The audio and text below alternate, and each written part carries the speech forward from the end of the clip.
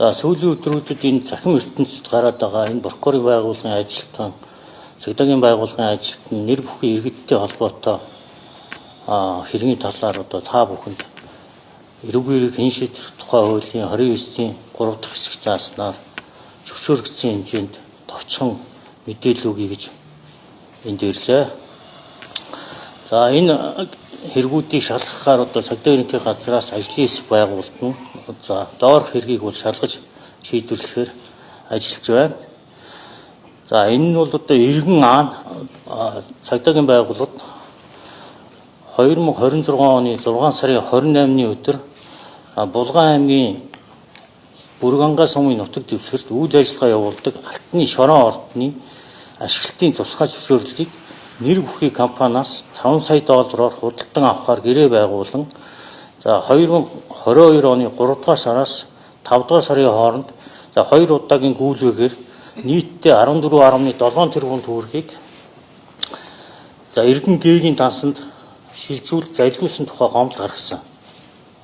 За уг гомдлын дагуу мөрдөн шалгах ажиллагаа явуулахад за гомдол гаргагч тус компани ашиглалтын зөвшөөрлийг 5 сая доллараар худалдан авч 50 метрийн хөрс хуулт хийж үйл ажиллагааны зардалтаа нийтдээ 41.9 тэрбум төгрөгийг зарцуулсан болох нь за мөрдөн шалгах ажиллагааны явцад тогтоогдсон.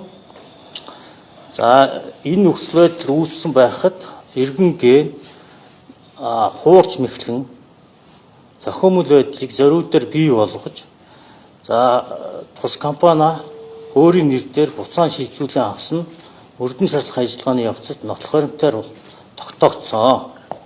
За иймээс иргэн гээг холбогдуулан бусдыг хуурч зохиомжтой байдлыг зориудаар бий болгосон их хэмжээний мөнгө залилсан үйлдэлт нь за 2026 оны 8 сарын 4-ний өдөр Монгол Улсын эрүүгийн хуулийн тусгай ангийн 17 дугаар зүйлийн 3 дугаар зүйлийн 2-ын 2 дахь хэсэг зааснаар эрүүг эрэг үүсгэж ялагчаар татаж цагдаа урах дарсан сэргийлэх гарах хэмжээ авч одоогоор мөрдөн шалгахын ажиллагаа үргэлжлэн явагдаж байна. За шалгалтын явцад иргэн гээ буюу ялдагдагч гээ за 2022 оны 10 сараас 2025 он хүртэл Булган аймгийн Бүрганга сумын нутаг дэвсгэрт хууль бусаар их хэмжээний ашигт малтмал олборлож улмаар байгаль орчинд 2 тэрбум төгрөгийн хохирол учруулсан үйлдэл эрүүгийн хуулийн тусгай ангийн 24 дугаар зүйлийн 2 дугаар хэсэг зааснаар хэрэг бүртгэлтийн хэрэг нээн мөрдөн шалгах ажиллагаа явуулж нийтдээ 74 техникийн хураа авч зогсоосон. Мөн 22-оос 25 онуудад иргэн гээ өөрийн болон компанийнхаа дансаар их хэмжээний орлого авсан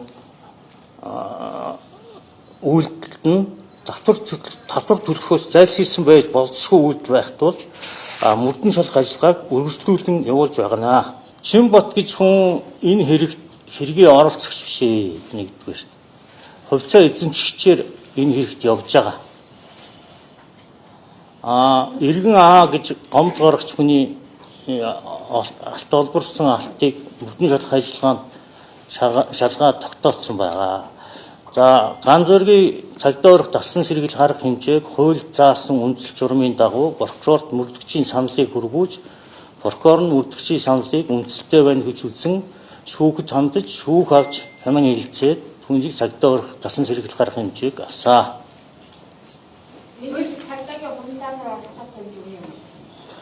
Мөрдөн шалгах ажиллагааны явцад цагдаагийн байгууллагын хурандаанаар болон прокурорын байгууллагын ажилтнанд одоогоор ямар нэг оролцсон нөлөөсөн зүйл байхгүй. Энэ өөрөө Булган аймгийн Бүрганга сумын нутагт байгаа лиценз нь угаасаа хуулийн дагуу зөвшөөрөгдсөн алт олборлох лиценз байсан учраас энэ цагдаагийн байгууллага, прокурорын байгууллага ямар оролцох боломж байхгүй. Энэ дээр бид нэр зөвхөн залилсан үйлдэл, талбай итрүүлж ухсан үйлдэл, татвар төлөхөөс зайлсхийсэн үйлдэл ийм зүйлэнгүүдээр хэрэг бүртгэлт мөрдөн шалгах ажиллагаануудыг явуулж байгаа. За цагийн дотор цагдаа орох бичиг хөрвүүлж байгаа энэ хэрэгийг та яг хууль хуулийн дагуу 48 цагийн дотор баримтжилсан дараа нь цагдаа тавсан зэргийг гарах хэмжээг авсан. Ганц зэрэг Г гэж иргэн нь өөрөө өмгөөлөгчдөөгөө мэдүүлэг тайлбар өгсөн. Хуулийн дагуу дугуйдын эрүүлэх хуудсыг прокурорын дуудын эрүүлэх хуудсыг өгсөн. Оролцогчийн эрхийг хангасан. Чимбат яагаад нөгөө хэргийн оролцогч биш гэж шалтгаан юм? Чимбат гэж хүн нь өөрөө энэ хэрэгт хэргийн хувьцаа эзэмшигч болохоор энэ хэргийн оролцогч биш гэж харж байгаа.